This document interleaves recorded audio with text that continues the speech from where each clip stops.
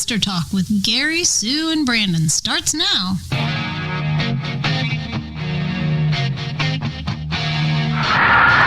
It's a twister! It's a twister! Back up! Back up! Back up!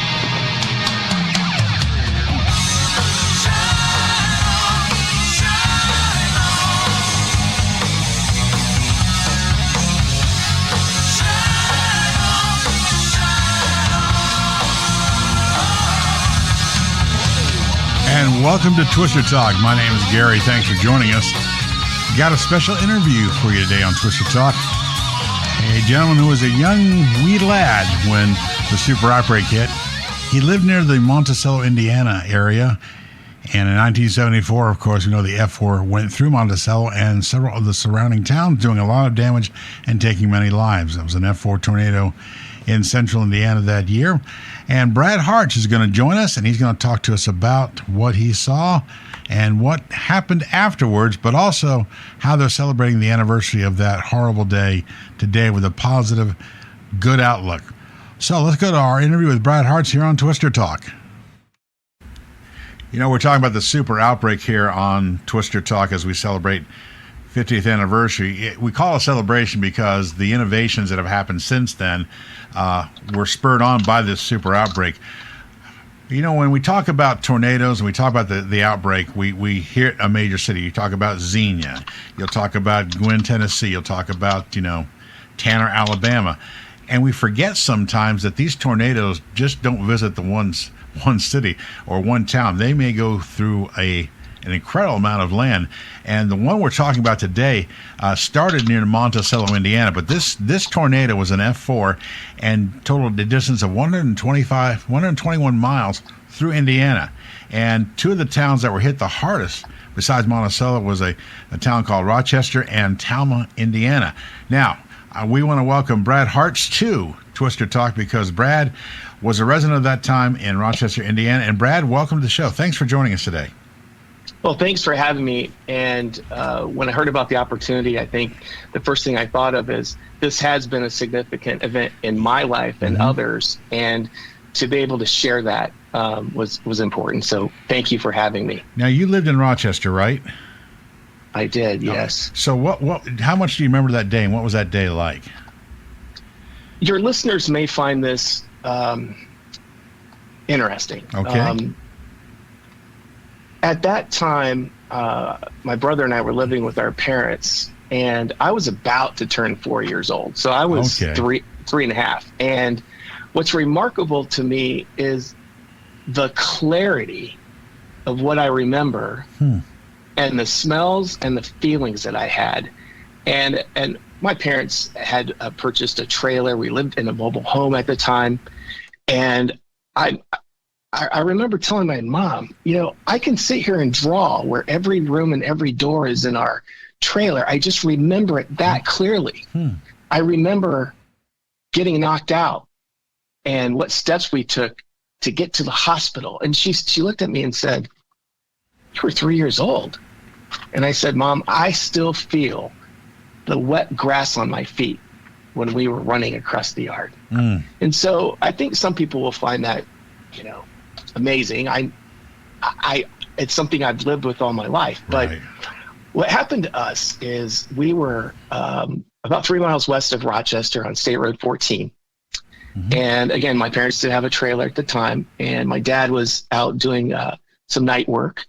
My brother and I were with my mom, and she asked us to step away from the glass windows, and then we were knocked out. Everything went black. Oh my. And the tornado had pushed our trailer about 50 yards off the hill and smashed it onto the ground. Oh my gosh. And I remember being in darkness, and I remember my mom had her hands around my ankle, and she was screaming for my brother because she didn't know where he was at. Well, God saved us that day. The wall fell over and the couch covered us. So we were underneath the couch, underneath the wall, and there was a hole in the side of the trailer. And that's how we got out. We crawled out of the couch, out of the hole. And so Now this is rural Indiana, of course. Right. And so we went across to the neighbor's house on the north side of State Road 14. That's where the Nichols lived. Mm-hmm. Tom and LaDonna. Tom was a bus driver, a farmer, and he also worked at the high school. And I remember they sat us on a couch in their house, and they were trying to make a way for us to get into the hospital. And I remember looking up, and there's no roof, there's no house. It was completely open. And to this day, the only thing that remained from their house is the porch. Wow. They kept the porch, they added on. Now, Tom, he had to move some things out of the way, but he was able to get his truck out of the barn. Mm-hmm. And they piled us in. And I remember we didn't go east towards town, mm-hmm. but later I had found that one of the 6 who passed away was a semi driver from Rochester. Mm-hmm. And his truck was hit nearby our home and the Fulton County REMC building, mm-hmm. which was devastated. And unfortunately, he passed away. So we took back roads and we went to the hospital. I don't remember a lot about the trip, but I do remember being in the hospital and doctors and nurses and people everywhere. And later, my mom said that we were in the cafeteria and it was just full of people. Wow. And they were taking names. They wanted to know who was here so that they could share that with other people. And all of a sudden, my father showed up, and he's hugging me, and I just remember my back was just sore and hurt. And it was later that again, my mother said, "Yes, you guys were really bruised up, bad." Fortunately, that was the extent of our injuries. Right. But from that point on, the tornado played a significant role in our lives. My mom lost her wedding ring. She had it sitting on the counter. Mm. And weeks after, a lot of the youth from the community, Rochester Community High School, home of the Zebras, junior high kids, farmers, mm-hmm. They just went out and started helping people all throughout the community. And to this day, my parents are so grateful for those people that volunteer, especially the kids. Yes. They came out. And while they were cleaning up and helping my parents, one of them found my mom's ring out in the yard. Oh, that's How great. Amazing that is, but she was able to get that back. But, with that, I also have to say that they lost everything. Right.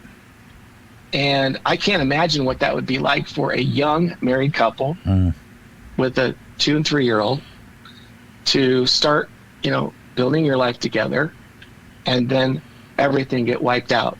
And to this day, my dad says, that's when I learned that it's not about this world or the material things. It's about family and caring for each other and health. That's right. And, as I was growing up, as a teenager, a young adult, we get into things that we're interested in, whether mm-hmm. cars or boats or things of that nature. We have a beautiful lake there in Rochester, mm-hmm. but it took me a while to really understand that. Yeah. And I think a lot of it came from the tornado. It was devastating. Yes, now, it was. I'll also say that for 2 young brothers who live in rural Indiana, near cornfields and wooded areas, we thought that it was normal to go out into the woods and look for treasures. Mm-hmm. They were littered with debris. Maybe it's a metal spoon or a broken plate or a part of a picture frame or a piece of wood. That was normal to us. In fact, mm-hmm. Many of the trees in the area were bent over 90 degrees. Mm. Some of them went up and then came back and touched the ground. Again, the tornado pushed them out of the ground and pushed them over. And we would climb on those, and we would build forts, and to us, that was normal. And it wasn't until later we thought, yeah, the tornado did all of this stuff. It built your playground for you. So yeah, I mean, you think about that. As sad as that sounds, yeah, that's exactly what I've heard similar stories over the years. Where I've read online about people, and Brad, you're making a very good point. I have read over the years many stories by survivors of Xenia or Gwen or anywhere else, and they don't talk about the tornado as much as they talk about everybody helping everybody else. Yeah. And I think that's interesting, the way a lot of us handle it. We find strength to pull ourselves together and work as a unit and a community to put things back together. And you're just saying the same thing that I've been reading and hearing about for years.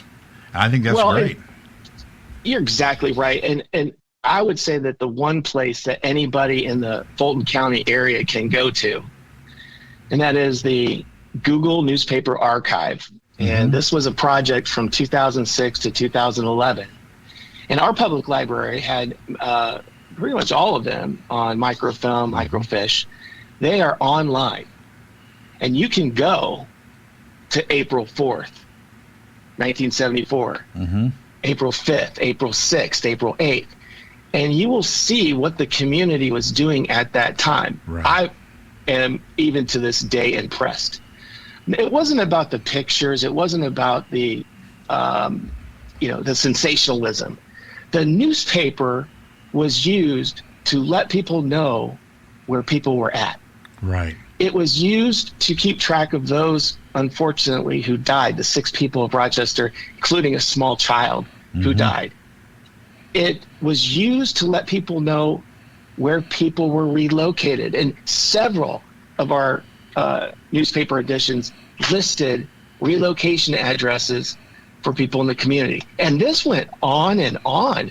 I think one of the things that first started was they listed those who were who visited the hospital and were released, and those who were admitted to the hospital, but they also included other surrounding hospitals like South Bend and Peru and other places. And isn't that amazing that we take technology for granted, but what an important role the newspaper played in a natural disaster. Yes, it did. And you'll notice that if you get a chance, and we'll put a link on our Facebook page and on our webpage for Twister Talk that you can go look at those articles in the newspaper that Brad's talking about. But you saw that everywhere. You look at papers from Xenia, you look at the Cincinnati Enquirer, the Louisville newspaper. All these newspapers were so important disseminating information after these storms, and you can't.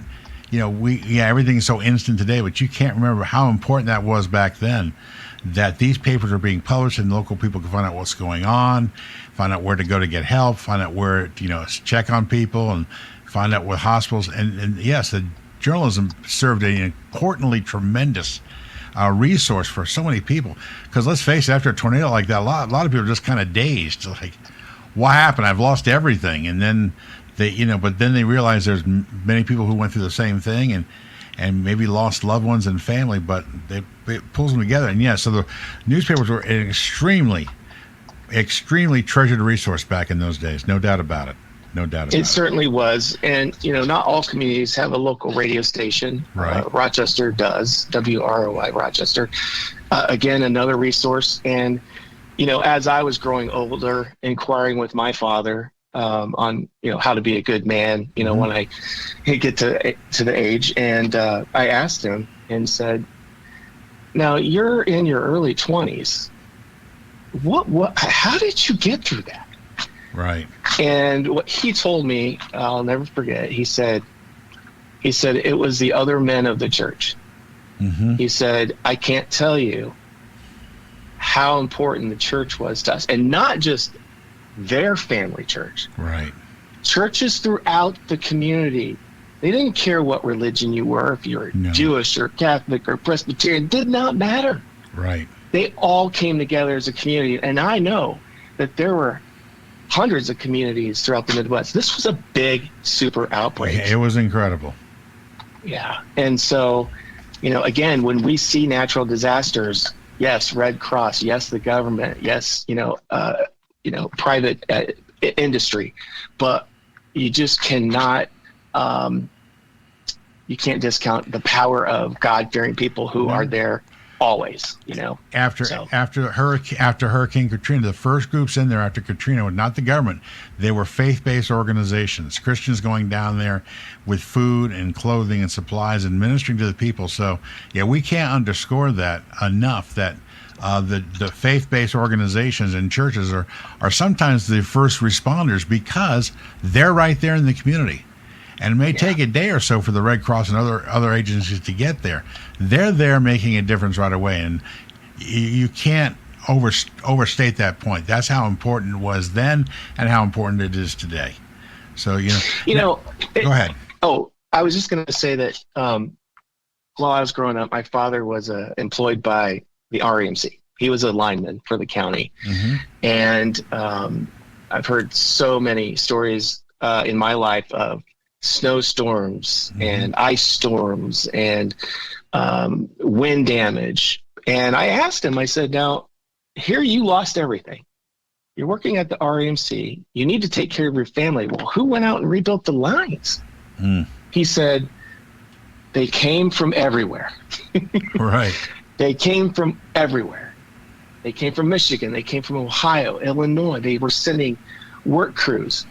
And it wasn't just the electrical companies, so many others get involved. And I remember growing up, and particularly one Easter, I was devastated because my father had to leave Saturday to go to southern Indiana to an ice storm. I was maybe 7 or 8. And it was I was just so hurt that I wouldn't be with my father that day.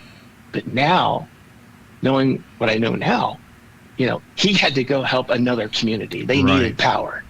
These are people in need. And this is, again, I don't want to focus too much on just the RMC, but it's so true with so many, industries that we have. And I know that REMCs all over the state and other electrical corporations are there and are prepared to move out to other communities when they're needed. And that's amazing to me. That is. And that, you see that again, you're right. We never hear much about these kind of stories, but they're the ones that are really the most important. The day-to-day routines of everybody that pulls together to do things such as rebuilding communities, repairing power lines so power comes back on, and all those things. I do want to ask you one question, Brad. You may not remember it. Do you remember actually seeing the tornado? I thought I'd just ask that.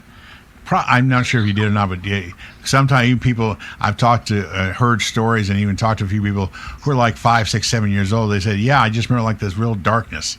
That's all I remember. I'm just curious.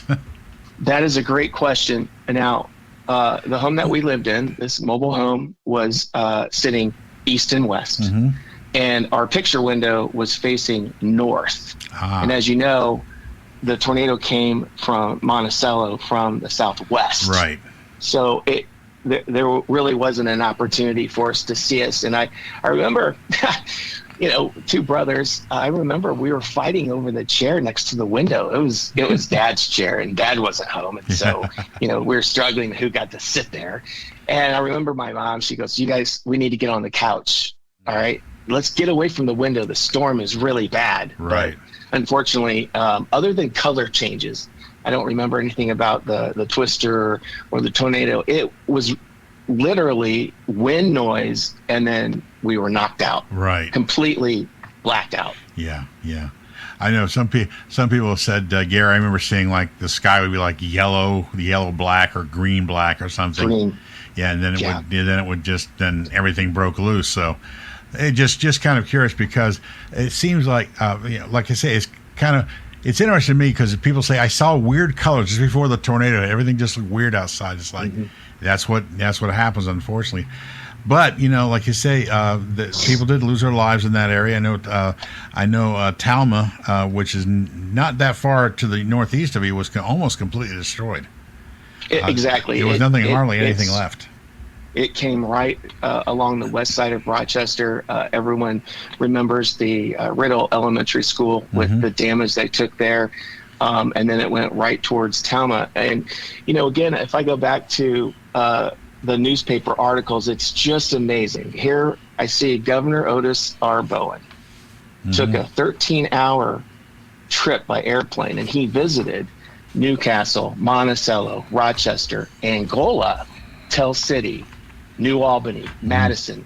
That is an enormous amount of damage for a governor to have to go and look at and decide how they will respond.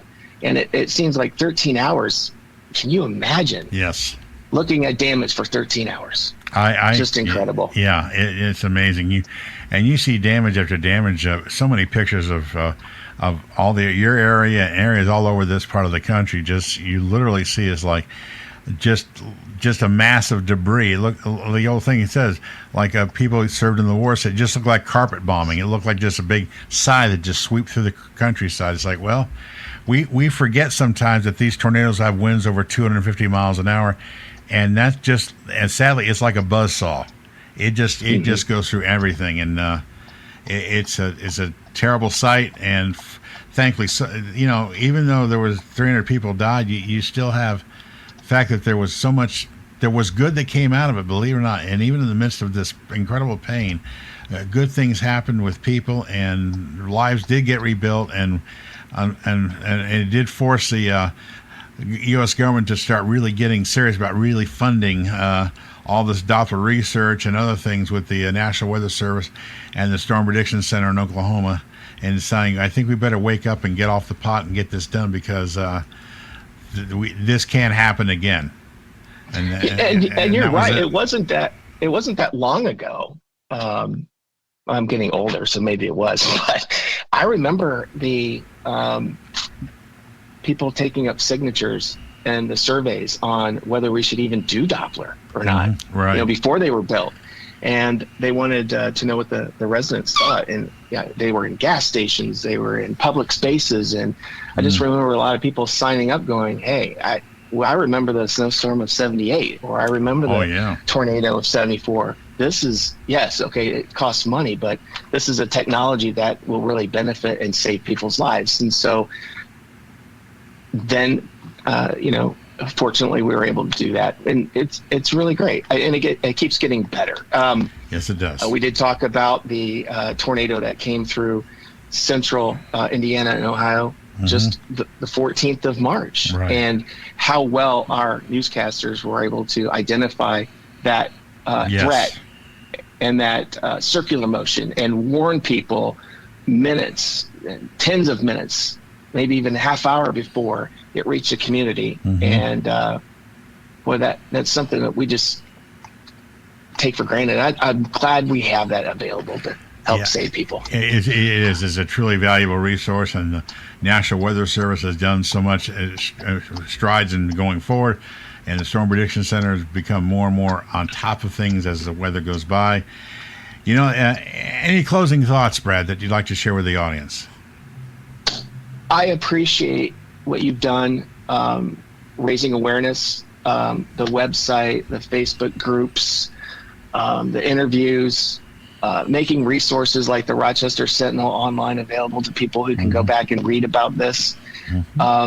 It was significant, and still remains significant to a lot of people. And we don't celebrate it as a 50th. I think we look at it as a memorial to those who passed, those who were injured, but also we want to celebrate all of those people that put their selves aside and came out to help their friends, their neighbors, or people they didn't even know. Right. And that is just a sense of community that you cannot create or recreate. It just happens. And I'm proud to come from a small community like that here in Indiana. And I think a lot of people throughout the state, and Ohio and Michigan and Illinois, feel the same way, and they've been through these significant events.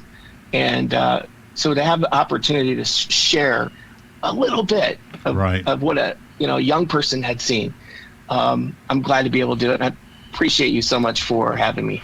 All right. We've been talking to Brad Hartz. Brad lived in Rochester, Indiana, and when he was just about 3 years old, the tornado knocked on his door and let itself in. But you hear the great stories of everything that's happened there, how people came together even amidst the tragedy and help rebuild things and rebuild lives. So, Brad, thank you so much for joining us. Appreciate it very much. It's been my pleasure. All right. Thank you. And thank you for joining us for this episode of Twisted Talk. I'm Gary. We interviewed Brad Hartz. Brad shared his memories of the 1974 Monticello tornado during the super outbreak and how the city and area came together afterwards. For Twisted Talk and for Brandon and Sue, I'm Gary. We'll see you next time.